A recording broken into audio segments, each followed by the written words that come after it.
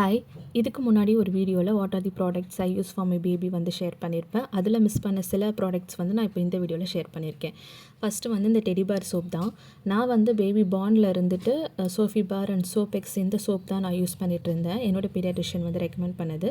1 இயர்க்கு அப்புறமா என்னோடய பீடியாட்ரிஷியன் வந்து டெடி பார் சோப் வந்து யூஸ் பண்ண சொல்லியிருந்தாங்க. இப்போ வரைக்கும் நான் இதான் யூஸ் பண்ணிகிட்ருக்கேன். ரொம்பவே சூப்பராக இருக்குது.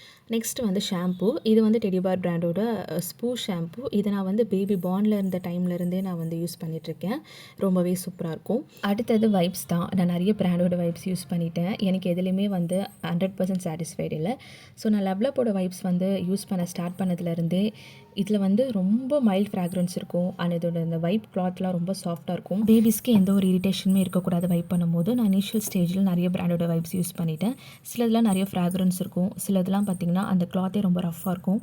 நான் இப்போ வந்து இந்த லவ்லப்போட வைப்ஸ் தான் யூஸ் பண்ணிகிட்ருக்கேன். ரொம்பவே சூப்பராக இருக்குது.